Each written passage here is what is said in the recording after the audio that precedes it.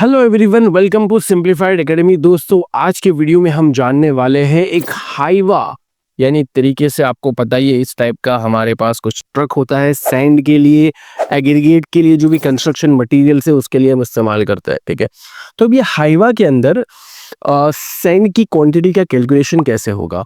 यहाँ पर दोस्तों हमें एक इम्पॉर्टेंट बात आपको ये पता होनी चाहिए कि हाईवा की जो जियोमेट्री है, क्योंकि अल्टीमेटली इसके अंदर ही हमारा जो भी कंस्ट्रक्शन मटेरियल है, चाहे वो सैंड हो चाहे एग्रीगेट हो, वो इसके अंदर ही रहने वाला है। तो हाईवा का यहाँ पर आप जियोमेट्री देख सकते हो। ध्यान से अगर आपने जियोमेट्री को सही तरीके से देख लिया तो उसके बाद आपका कैलकुलेशन बहुत आसान हो जाएगा। तो यहाँ पर जियोमेट्री में हम ये देख पा रहे हैं कि ऊपर से लंबाई जो है वो थोड़ी सी ज्यादा है, ठीक है, नीचे के कंपेयर में। ठीक है, ये नीचे की लंबाई थोड़ी सी छोटी होती है। एक तरीके से हम बोल सकते हैं ये जो है टेपर्ड सेक्शन होता है, और जब भी कहीं पर टेपर्ड सेक्शन होता है जियोमेट्री में तो उसके अंदर लंबाई का वेरिएशंस होता है। तो यहाँ पर भी आप देख सकते हो कि ऊपर वाली जो लंबाई है वो ज्यादा है, नीचे वाली लंबाई क्या है, कम है। इट्स कंप्लीटली ओके, क्योंकि ये इस तरीके से इसको डिजाइन किया जाता है। दूसरा दोस्तों, यहाँ पर हमें ये पता है कि यार जब भी हम सैंड को डालते हैं हाईवा के अंदर, ठीक है, तो सैंड का जो हाइट है वो भी एक तरीके से डिसप्रपोर्शनेट होता है ना। सब जगह से समान हाइट नहीं मिलेगी आपको, कहीं पर ज्यादा हाइट होगी बीच वाले हिस्से में, खास करके, है ना। बीच वाले हिस्से में ऐसा भर जाता है, आपने देखा ही होगा कंस्ट्रक्शन साइट के ऊपर। कहीं पर आपको कम हाइट देखने को मिलेगी और कहीं पर एवरेज हाइट देखने को मिलेगी। तो यहाँ पर दोस्तों क्वेश्चन ये आता है कि अब कौन सी हाइट सिलेक्ट हम करें, कितनी लंबाई को सिलेक्ट करें और कितनी चौड़ाई। चौड़ाई तो अच्छी बात ये है दोस्तों, यहाँ पर हमने एक छोटा सा सेक्शंस में ले लिया है कि चौड़ाई की अगर हम बात करेंगे ना तो चौड़ाई इसकी एक तरीके से क्या है, कांस्टेंट है। चौड़ाई में कोई प्रॉब्लम की बात नहीं है। ट्रापेजोइडल सेक्शन में यहाँ पर आप देख सकते हो, ये हमने छोटा सा ट्रापेजियम बना भी दिया है जिसमें लंबाई का वेरिएशन दिख रहा है। हाइट के अंदर क्योंकि भरते हैं तो हाइट के अंदर भी वेरिएशन देखने को मिलेगा, और चौड़ाई दोस्तों इसकी है कांस्टेंट। अब यही बात अगर आपने यहाँ पर ध्यान से समझ ली, और मैंने अपनी ग्राफिक टीम से भी बहुत ज़्यादा कोशिश की है कि आपको अच्छे से समझाए, और हमने अच्छे ग्राफिक्स आप ही के लिए लगाए हैं ताकि आपको इसको अच्छे से समझ में आ जाए।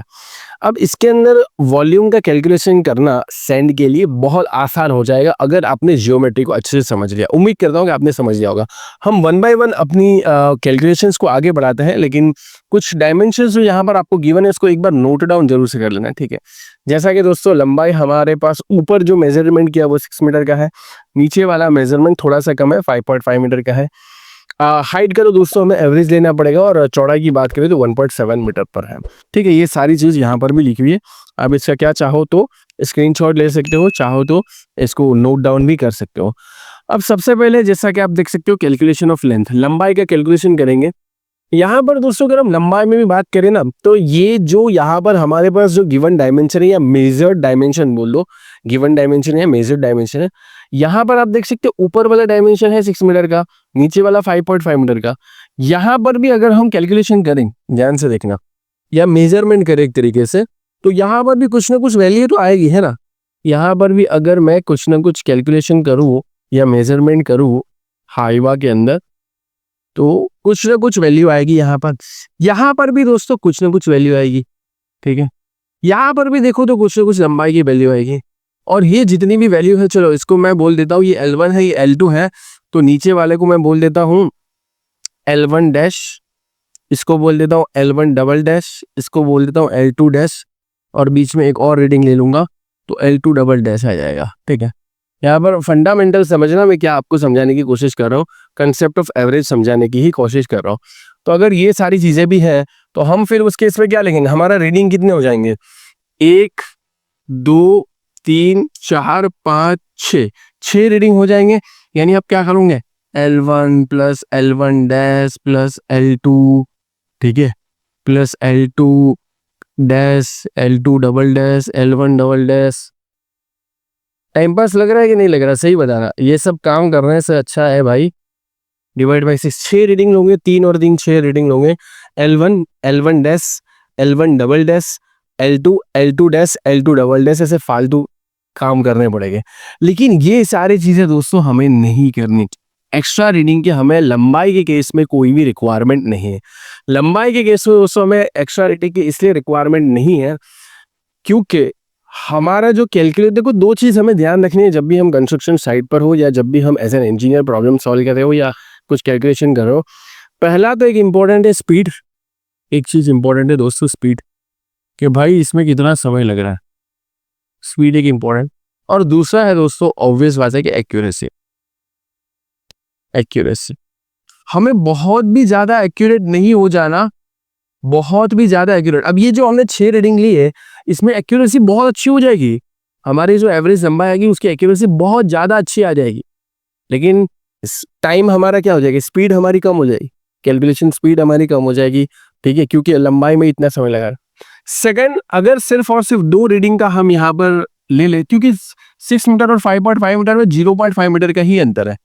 ठीक है, तो अगर हम 2 रीडिंग लेंगे तो हमें ऑब्वियस बात है कि आंसर कितना मिलेगा, इन दोनों के बीच में क्या आता है, 5.75 मीटर आता है। और ये एवरेज से भी हमारा काम चल सकता है। एक्यूरेसी थोड़ी कम होगी लेकिन स्पीड कितनी फटाफट हो गई।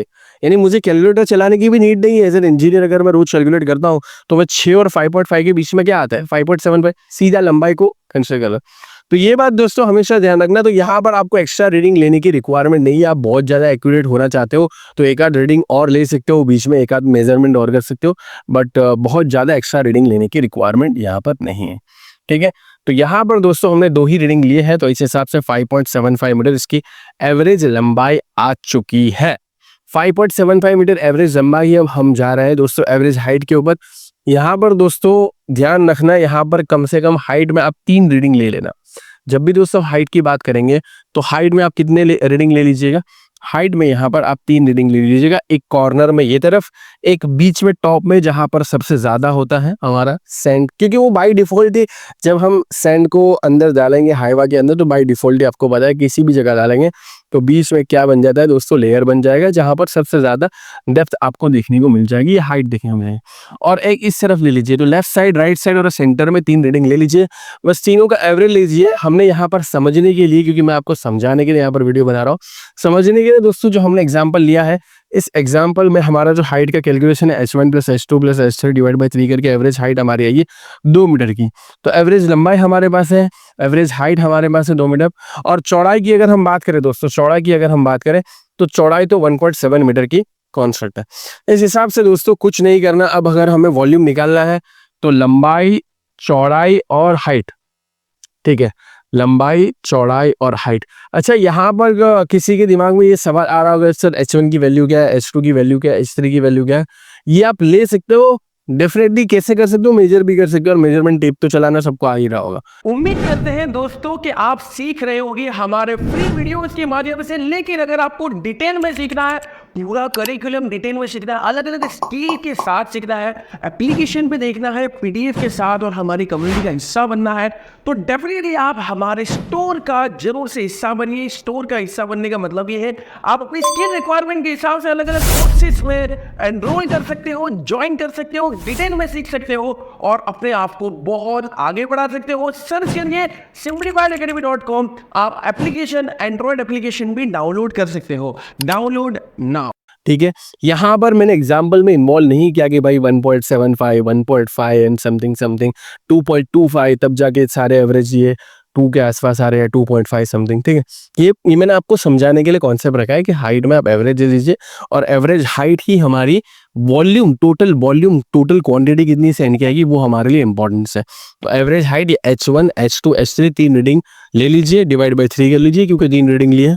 तो एवरेज हाइट आप ले लीजिए, एवरेज लेंथ ले लीजिए, और चौड़ाई 1.75 या 1.7 क्या है हमारे पास अरे चौड़ाई तो, हाँ चौड़ाई तो 5.75 एवरेज लंबाई है ना, 5.75। चौड़ाई तो कांस्टेंट है, उसमें तो एवरेज की रिक्वायरमेंट नहीं है। 1.7 यहाँ पर हमारे पास है, नहीं है। मान लो ये गिवन में बोला हो, गिवन कहाँ से होगा भाई, मेजर करने से होगा, मेजरमेंट टेप से मेजर करने से ही होगा। तो हमारे पास है लंबाई, चौड़ाई और हाइट, बस आपस में मल्टीप्लाई कर दिया तो 19.55 मीटर क्यूब आ रहा है कि नहीं आ रहा। अब आपको पता होगा कि जनरली हमारा जो मेजरमेंट होता है सैंड की केस में, एग्रीगेट के केस में, वो क्यूबिक फीट में होता है। तो इसका क्यूबिक फीट में कितना आंसर आएगा ये क्या करोगे, कमेंट कर दोगे। और जिनको नहीं समझ में आ रहा वो वीडियो को लास्ट तक देखो, मैंने लास्ट में इसका आंसर दिया है। लेकिन अगर आप अभी वीडियो देख रहे हो, वीडियो को पॉज करो और पहले मुझे आंसर बताओ कि 19.55 मीटर क्यूबिक फीट में कितना होगा, या एक बार कमेंट करके बता दीजिए। अब आगे दोस्तों अगर ये जो सैंड हमारे पास है इसकी डेंसिटी हमें पता है या नहीं भी पता, और अगर आपको वजन निकालना है तो क्या करना है, मैं पहले ही बताया था, लैब में ले जाना है, गिवन वॉल्यूम में वजन कितना आता है वो मेजर कर लो, तो वेट जितना भी आएगा डिवाइड बाय जो गिवन वॉल्यूम है वो करोगे तो जो आपका आंसर आएगा वो क्या हो जाएगी, डेंसिटी हो जाएगी। यहाँ पर केस में है 1600 किलोग्राम प्रति मीटर क्यूब। डेंसिटी वही है कितने वॉल्यूम में कितना वजन आ रहा है ना, कितनी जगह रोकी और कितना वजन आ रहा है। तो 1600 किलोग्राम प्रति मीटर क्यूब ये सैंड की क्या आ गई दोस्तों, डेंसिटी आ गई। तो सैंड की डेंसिटी हमारे पास है, डेंसिटी और वॉल्यूम को आपस में मल्टीप्लाई करेंगे तो हमें क्या मिल जाएगा, वेट मिल जाएगा। आपको ये फॉर्मूला पता होना चाहिए, मैं बहुत बार मेरे सेशंस में भी ये सारी चीज़ें फंडामेंटल से सिखाता हूँ। अगर आपने हमारे सेशंस सिंप्लीफाइड एकेडमी के ऊपर जो होते हैं वो नहीं ज्वाइन किए तो ज्वाइन कर लेना, बहुत कुछ सीखने को मिलेगा। तो डेंसिटी का फॉर्मूला बहुत सिंपल है, density is equal to weight, density is equal to weight divided by volume. ठीक है, नाउ वेट को अगर हम सब्जेक्ट बनाएंगे तो क्या हो जाएगा, डेंसिटी रो और वॉल्यूम, वही बात हमने यहाँ पर भी की कि हमें वजन चाहिए, डेंसिटी 1600 किलोग्राम प्रति मीटर क्यूब है, वॉल्यूम 19.55 मीटर क्यूब के अंदर है, तो बस दोनों को आपस में मल्टीप्लाई कर दो तो 31,280 किलोग्राम हमें क्या मिल गया दोस्तों, 31,280 किलोग्राम यहाँ पर हमें मिल गया है इसका वजन, वेट। लेकिन इसका कोई मतलब नहीं, किलोग्राम में जनरली मेजर होता ही नहीं है, तो मेट्रिक टन में जाएंगे, ठीक है। 1000 किलोग्राम होता है वो टन माना जाता है, 1 मेट्रिक टन माना जाता है, तो 1 metric ton is equal to 1000 kilogram. तो इस हिसाब से दोस्तों 31,280 डिवाइड बाई 1000 करेंगे तो 31.28 मेट्रिक टन के आसपास इसमें क्या है, सैंड भरा हुआ है। बेसिक सा फंडामेंटल सा कैलकुलेशन है, बहुत आसान है। और इतनी चीजें तो आप कंस्ट्रक्शन साइट पर जा रहे हो तो नहीं आ रही, मतलब आप कुछ नहीं सीख रहे हो, ठीक है। इतनी हम मेहनत कर रहे हैं, कुछ नहीं सीख रहे हो, सिंप्लीफाइड एकेडमी का एप्लीकेशन डाउनलोड नहीं कर रहे हो, वहाँ पर डेली नहीं सीख रहे हो, कोई कोर्स में हमारा एनरोल नहीं हो। अगर एनरोल होते तो आपको ये बेसिक फंडामेंटल चीज़ें तो आती ही होती। अब ये तो मैट्रिक टन में मिल गया, लेकिन मैंने बोला कि हमारे लिए इंपॉर्टेंट क्या है, क्यूबिक फीट, ठीक है। तो क्यूबिक फीट वाला जिससे कमेंट किया बहुत अच्छी बात है, जो कमेंट नहीं कर पाए वो यहाँ पर सुनिए कि क्यूबिक फीट में कितना होगा। तो एक क्यूबिक फीट होता है 1 CFT। यहाँ पर मैं कलर चेंज कर देता हूँ, ब्लैक कलर लेता हूँ, ठीक है। ब्लैक में भी इतना अच्छा नहीं दिख रहा, व्हाइट ले लूँ क्या, हाँ अब दिख रहा होगा। एक क्यूबिक फीट होता है 35.314 के बराबर, कितने बराबर, सॉरी सर, वो 1 मीटर क्यूब होता है, 1 मीटर क्यूब होता है, 1 metre cube is equal to 35.314 CFT। और एक CFT को मीटर क्यूब में कन्वर्ट करना हो तो क्या करना पड़ेगा, इसका उल्टा कर दीजिए, ठीक है। तो 1 मीटर क्यूब होता है 35.314 क्यूबिक फीट के बराबर, 1 मीटर क्यूब 35.3। और हमारे पास कितने मीटर क्यूब थे, 19.55। हमारे पास कितने थे दोस्तों, 19.55 मीटर क्यूब, ठीक है। So 19.55 metre cube is equal to 35.314 multiply by 19.55। एक के लिए 35.314 तो 19.55 के लिए कितना, बस तो इसके साथ 19.55 को मल्टीप्लाई कर दीजिए भाई, तो हो जाएगा आपका आंसर। अरे भाई इसको ऊपर ले जाओ, यहाँ पर लिख दो, ठीक है। तो 19.55 को मल्टीप्लाई कर दीजिए तो आपका आंसर आ जाएगा। वही बात हमने यहाँ पर भी की है, 19.55 मल्टीप्लाई बाई 35.314। नीचे आपको दिख रहा होगा 19.55 मल्टीप्लाई बाई 35.314, तो 690.4 आपका आंसर आ जाएगा। कितना आ जाएगा, अप्रोक्सीमेटली 690.38 के आसपास भी है, तो और राउंड ऑफ 4 कर लेंगे तो 690.4 क्यूबिक फीट हमारा क्या आ रहा है, क्यूबिक फीट में सैंड का, यानी 690 फीट क्यूबिक फीट के आसपास, 690 क्यूबिक फीट वॉल्यूम का यूनिट है।